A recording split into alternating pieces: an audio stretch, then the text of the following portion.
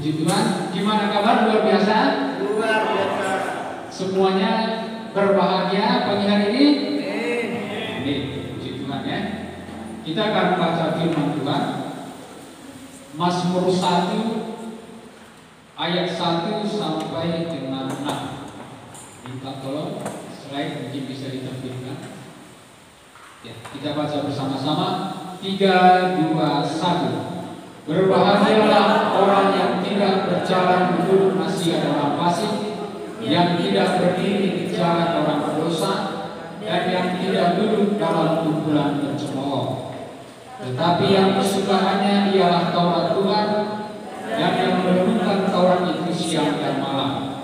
Ia seperti pohon yang ditanam di tepi aliran air, yang menghasilkan buahnya pada musimnya, dan yang tidak layu daunnya.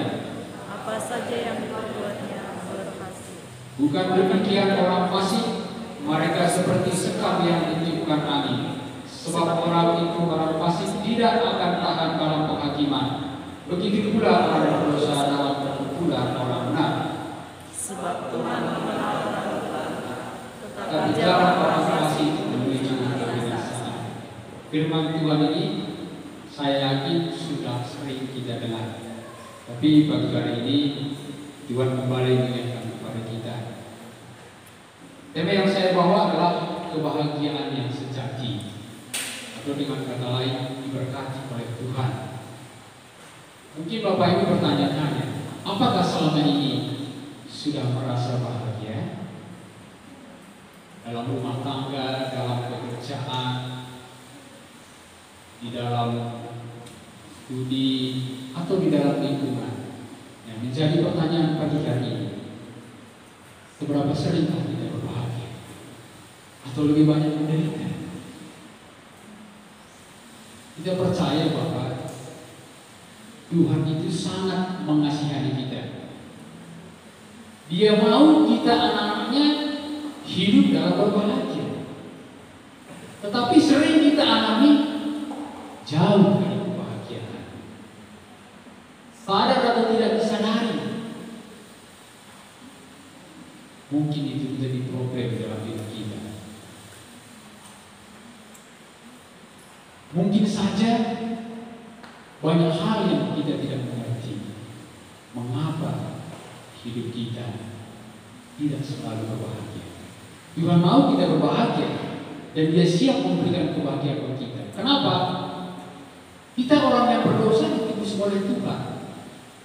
Berarti Dia tidak mau kita menderita. Kita sebagai orang yang berdosa, Tuhan rela bayar hutang dosa kita di atas kayu salib. Dia selamatkan kita, bukan karena perbuatan baik kita, bukan. Tapi Dia selamatkan kita karena anugerah. Dia mengasihi kita. Sesudah kita diselamatkan, kita percaya, kita mengaku dengan mulut, kita menerima Dia sebagai Tuhan dan Juru Selamat hidup kita. Sebagai anak-anak Tuhan, Dia mengangkat kita sebagai anaknya. Kita ini ahli kerajaan surga. Kita ahli waris, dimataikan oleh Roh Kudus. Kita milik Tuhan. Tadi kita nyanyikan, suka-sukamu Tuhan. Tuhan sudah sayang kita, diangkat kita jadi miliknya.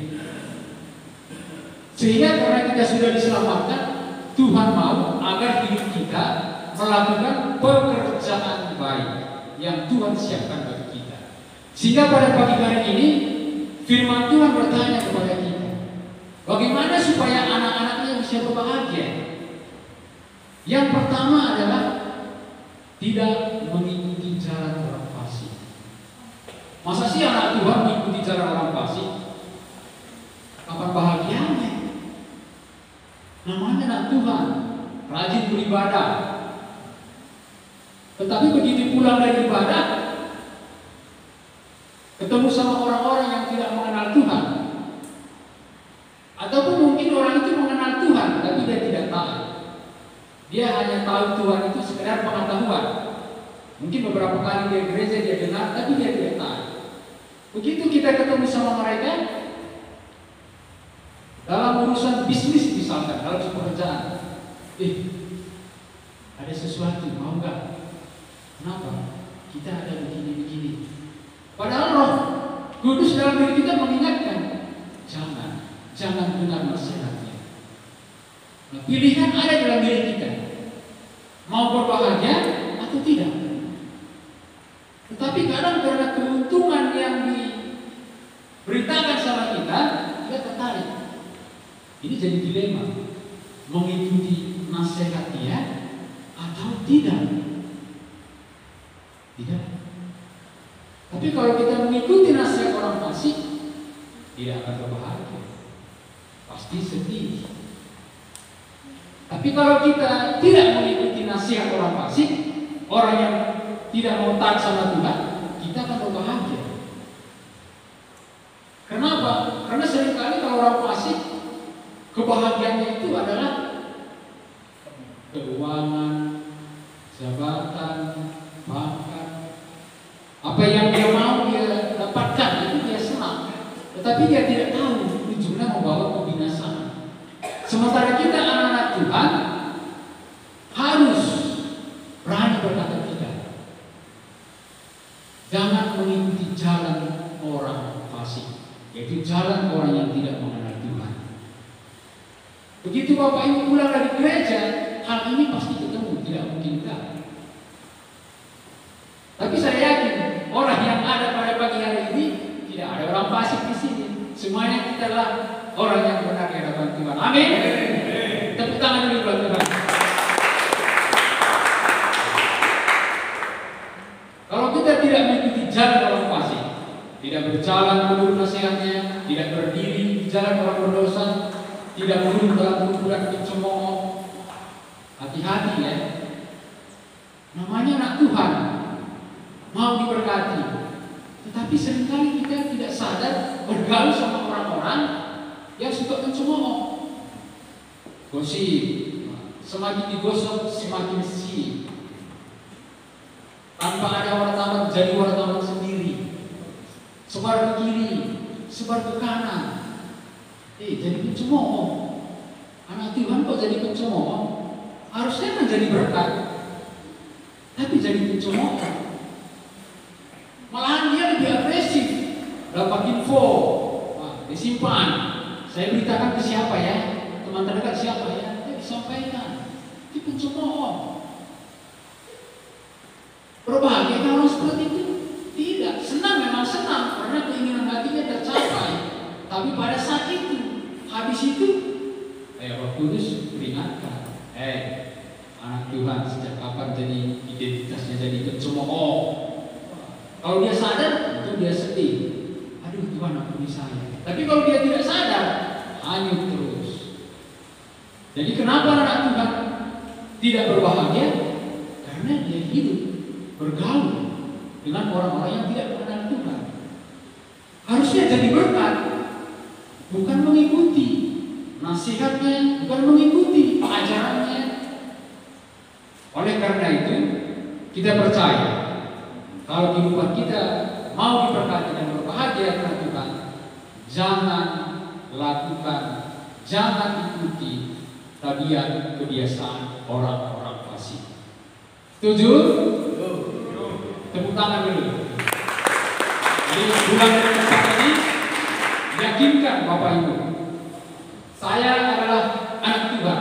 Tuhan mau saya berbahagia, dan saya pun mau berbahagia. Tuhan siap memberikan kebahagiaan bagi saudara. Tergantung saudara terima atau tidak. Keputusannya ada di dalam pribadi kita masing-masing. Jadi Tuhan itu sangat baik. Dia mau memberikan kebahagiaan buat kita. Dia mau memberkati kita. Gimana respon kita? Siap terima, percaya, lakukan. Karena kebanyakan siap terima, tapi lakukannya tidak seperti yang Tuhan harapkan. Itu yang pertama. Yang kedua, bagaimana supaya kebahagiaan kita itu menjadi kebahagiaan yang sejati dalam Tuhan? Kita harus berada di jalan orang benar. Tadi yang pertama, tidak mengikuti jalan dari orang fasik. Tetapi yang kedua, harus berada di jalan orang benar. Jangan salah. Kebanyakan orang, saya tidak mengikuti jalan orang fasik. Benar. Tapi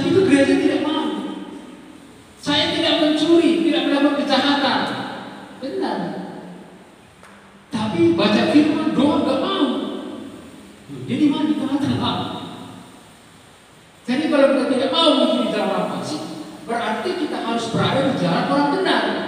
Jangan diam. Jangan di tengah-tengah.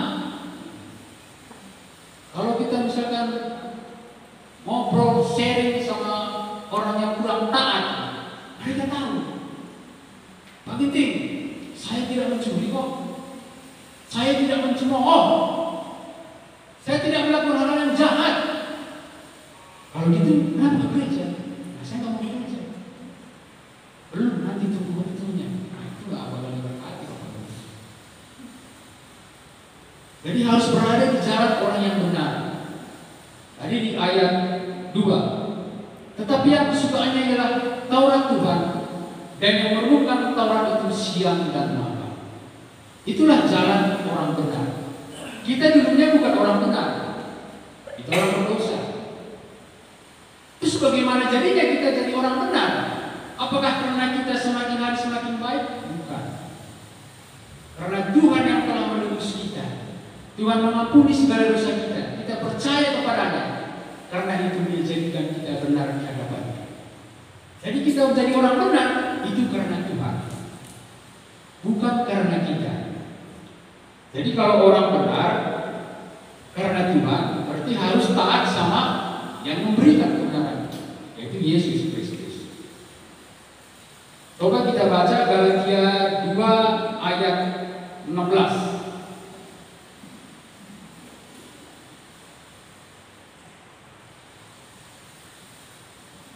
Galatia 2 ayat 16. Ya, kita baca bersama-sama ya. 3, 2, 1. Kamu tahu bahwa tidak seorang pun yang dibenarkan oleh karena melakukan hukum Taurat, tetapi hanya oleh karena iman dalam Kristus Yesus. Sebab itu kami pun telah percaya kepada Kristus Yesus, supaya kami dibenarkan oleh karena iman dan bukan oleh karena melakukan hukum Taurat. Sebab tidak ada seorang yang dibenarkan oleh karena melakukan. Jadi kita dibenarkan oleh karena Yesus. Dan kita percaya bukan oleh karena melakukan hukum Tuhan. Jadi Yesus yang membenarkan kita. Karena kita adalah orang yang sudah dibenarkan oleh Tuhan, dan agar kita memperoleh kebahagiaan yang sejati di dalam Tuhan, maka kesukaan kita ialah harus Taurat Tuhan, yaitu firman Tuhan. Itu yang harus menjadi kesukaan. Namanya itu kesukaan, ibaratnya seorang yang punya hobi. Ada yang hobi memancing di sini? Hobi memancing atau hobi olahraga misalnya. Mereka itu setiap hari kalau tidak mancing, bilang merasa seret. Jam makan pun bisa dilewati, mancing dulu. Setiap hari hobinya mancing, kesukaannya mancing. Kalau misalkan pagi mancing, siang mancing, malam mancing, istri sudah ngomel-ngomel anak, nggak peduli, mancing dulu makan. Begitu dapat ikan dibawa ke rumah, mak ini hasil pancingan. Mereka istri. Saya tidak butuh ikan, yang saya butuh adalah bapak. Kenapa bisa begitu? Hobinya mancing. Jadi dia kurang peduli terhadap hal lain. Yang penting dia suka mancing. Orang yang kesukaannya firman Tuhan begitu. Dia suka firman Tuhan, merenungkan siang dan malam. Pagi baca firman, doa, pujian penyembahan. Siang malam, bahkan di saat dia berjalan, naik motor, naik mobil, dia bernyanyi. Kenapa? Suka firman Tuhan. Di saat dia lagi bekerja di kantor, kerja apa? Mungkin tidak bersuara, tapi hatinya bernyanyi. Kenapa seperti itu? Dia suka firman Tuhan. Karena itu kita pun harus, bagaimana caranya supaya hidup kita suka akan firman Tuhan. Kenapa kita harus suka dengan firman Tuhan? Masa orang yang sudah dibenarkan Tuhan tidak mau baca firman? Kita mau berbahagia, kita mau diberkati, tapi tidak mau taat, tidak mau baca firman, kosong. Jadi kalau hati dan pikiran kita tidak ada firman, itu berisiko Bapak Ibu. Saya orang benar, sudah dibenarkan Tuhan. Begitu datang cobaan di luar sana, digoda nggak kuat. Yesus saja pernah dicobai oleh iblis. Di dalam Matius 4 ayat 4 ada tertulis, ya kan? Bahwa manusia hidup bukan dari roti saja, tetapi dari setiap firman yang keluar dari mulut Allah. Artinya cobaan dan tantangan itu selalu mengintai. Kalau selalu mengintai, bagaimana kalau di dalam hidup kita sebagai orang benar tidak ada firman? Yesus sendiri dicobai oleh iblis, tetapi Yesus tahu manusia hidup bukan dari roti saja, tetapi dari firman yang keluar dari mulut Allah. Nah, jadi kita pun makanan bukan hanya jasmani aja yang harus diberi makan, rohani pun harus diberi makan. Jangan sampai ada yang menggoda, ada tertulis, datang yang menggoda. Yang tertulis itu apa, Pak? Lupa. Harusnya kita tahu. Tantangan itu banyak sekali, Bapak Ibu. Seperti anak muda lah misalkan ya, anak youth, tantangannya banyak. Hari ini sudah mendapat teman, ada lagi yang hebat, wis lebih cakep, itu bisa tergoda. Tapi kalau ada firman, oh ada tertulis, aku harus mengasihi siapa yang Tuhan berikan bagiku. Kalau enggak, gonta ganti terus, datang lagi, dagingannya timbul. Firmannya kalah, kenapa? Nggak pernah baca firman. Suami istri juga begitu. Kita sebagai suami juga ada yang lewat, wangi. Kalau kita tergoda, masa sih orang benar yang tergoda? Pasti kita tergoda secara kedagingan. Tapi rohani kita harus kuat. Oh tidak, aku harus mencintai istriku yang Tuhan sudah berikan bagiku. Tuhan. Yang laki-laki, yang istri juga begitu. Aku harus menjaga kesetiaanku pada suamiku. Jangan gampang terpengaruh. Itu kalau ada firman. Oleh karena itu harus suka firman Tuhan dan merenungkan Taurat itu siang dan malam. Merenungkan bukan seperti yang kita tahu merenung siang dan malam, bukan. Jadi kalau kita merenungkan firman itu maksudnya memenuhi kehidupan kita, hati dan pikiran kita dengan firman dan menjadi pelaku firman. Bukan hanya dengar firman di gereja, baca firman di rumah, sudah simpan, udah terdiam. Harus menjadi pelaku firman. Jadi kita sebagai orang yang dibenarkan oleh Tuhan, Roh Kudus kan sudah diberikan oleh Tuhan bagi kita. Nah, itu yang menguatkan kita sehingga kita menjadi suka firman dan kita mau merenungkannya. Jadi Taurat Tuhan itu yaitu firman harus terus melekat di dalam kehidupan kita. Kenapa? Tanpa firman, tanpa ada firman, tidak mungkin kita berbahagia. Banyak orang yang tidak mengenal Tuhan ataupun sudah mengenal, tapi tidak ada firman.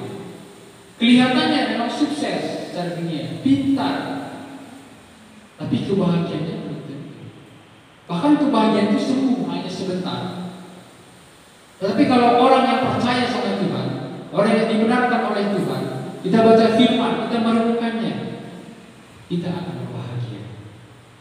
Sekalipun ada hal-hal tidak seperti yang kita harapkan, kita bisa mengatasinya oleh karena firman Tuhan. Oleh karena itu, kita harus tetap menjaga cara hidup kita agar tetap berada di jalan orang-orang benar, yaitu orang-orang yang menyukakan hati Tuhan. Kita baca ayat 3. Ia seperti pohon yang ditanam di tepi aliran air, yang menghasilkan buahnya pada musimnya, dan yang tidak layu daunnya, apa saja yang diperbuatnya menjadi berhasil. Nah, kalau ayat seperti ini biasanya kita suka ya endingnya. Apa saja yang dibuatnya berhasil, please mantap. Apa saja yang dibuat pasti berhasil. Tunggu dulu. Jadi kalau orang yang berbahagia, orang yang dibenarkan oleh Tuhan, Tuhan katakan ia seperti pohon yang ditanam di tepi aliran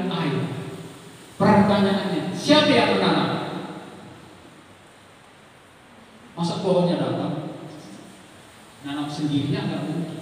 Yang menanam itu Tuhan. Jadi Tuhan yang menanam pohon itu di tepi aliran air. Kita semua ditanam oleh Tuhan di tepi aliran air. Air itu bukan sekedar air berjalan mengalir, itu bukan Bapak Ibu. Jadi air itu air yang bergumpal-gumpal airnya. Jadi banyak, melimpah. Jadi Tuhan tanam kita di dekat dengan aliran air. Supaya apa? Supaya pohon ini tetap bertumbuh dan akarnya merampatkan ke air. Sehingga kalau akarnya sampai ke air itu, dia merasakan sumber segala yang dibutuhkan. Yesus adalah sumber segalanya dalam hidup kita. Kita ditanam oleh Tuhan di dekat mata airnya, agar kita bertumbuh, menghasilkan buah, dan harus berusaha supaya akar pohon itu merambat sampai ke mata air. Kalau pohon itu berpindah,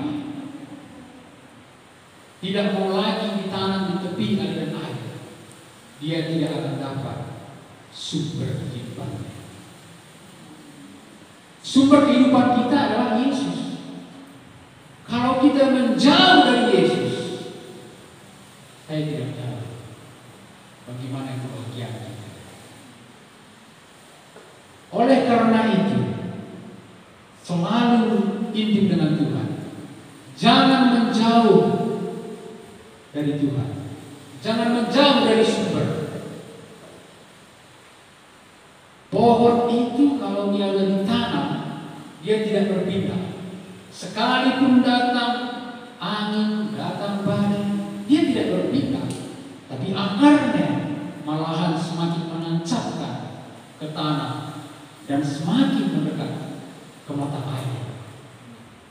Jadi kalau kita disamakan sebagai orang yang berbahagia seperti pohon yang ditanam, itu artinya Tuhan selalu siap memberi kebahagiaan buat kita. Tapi kita nggak boleh diam, harus merampatkan akarnya. Pohon itu kalau ditanam, kalau dia berdiam, tidak mau merampatkan akarnya, kebahagiaan sumber kehidupannya susah untuk bertumbuh. Jadi demikian kita sebagai anak Tuhan, ingat hubungan kita dengan Tuhan harus tetap terjaga. Jangan sampai padam, karena Yesus adalah sumber kehidupan bagi kita. Dan yang tidak layu daunnya, apa saja yang diperbuatnya berhasil. Kira-kira kalau pohon ditanam di tepi aliran air, mengalami musim kemarau nggak? Pasti mengalami. Kalau ada musim kemarau, dia juga mengalami. Tetapi dia tidak mengalami kekeringan. Kenapa? Akarnya selalu dekat dengan mata air. Dia nggak akan khawatir hidupnya. Mau musim kemarau, dia tidak khawatir. Daunnya tetap hijau. Kenapa bisa daunnya tetap hijau? Ya, sumber kehidupannya. Dia mendapatkannya. Kita pun anak-anak Tuhan, kalau misalkan ada tantangan, ada sesuatu hal yang tidak seperti yang kita harapkan, kita nggak usah khawatir. Kenapa? Kalau kita dekat dengan Tuhan, kita tahu apa solusi yang akan Tuhan berikan buat kita. Kita tidak akan bersungut-sungut. Kita akan mengucap syukur sama Tuhan atas semua yang terjadi. Karena itu Tuhan itu sangat rindu agar firman-Nya itu tertanam di dalam hati kita, agar firman-Nya itu selalu kita perkatakan. Yosua 1 ayat 8. Mungkin boleh ditampilkan slide-nya.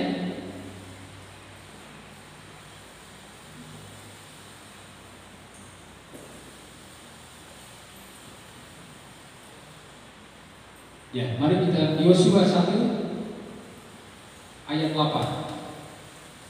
Oke. 3, 2, 1. Janganlah engkau lupa memperkatakan kitab Taurat ini, tapi renungkanlah itu siang dan malam, supaya engkau bertindak hati-hati sesuai dengan segala yang tertulis di dalamnya, Sebab dengan demikian perjalananmu akan berhasil dan engkau akan beruntung. Jadi Yosua juga menerapkan seperti itu. Dia merenungkan firman, dia teliti, di saat dia berjalan, dia bertindak hati-hati, artinya dia bertindak seperti yang Tuhan kehendaki. Bukan yang seperti dia mau, tapi seperti yang Tuhan kehendaki, apa yang harus dia lakukan.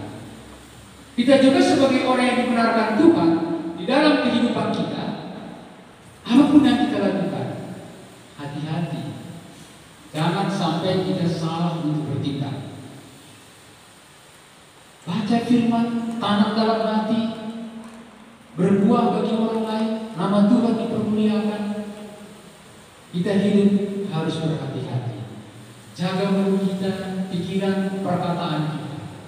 Tidak sembarangan kita menyampaikan kata-kata yang tidak benar. Oleh karena itu, kalau kita mau hidup kita berbahagia, kita harus taat. Kita harus taat terhadap firman Tuhan. Karena iman itu timbul dari pendengaran firman. Dan kalau kita sudah mendengar, kita harus taat. Jangan kita dengar, tetapi kita berdiam diri, tidak mau menjadi pelaku firman. Berarti kita bukan orang yang taat. Tuhan juga katakan, tanggal ini pikulku dan ikutlah aku. Jadi kita ini sedang memikul kuk. Kuk itu ibarat tanggung jawab. Tanggung jawab itu yang Tuhan percayakan kepada kita, entahkah di gereja, entahkah di gun atau di rumah.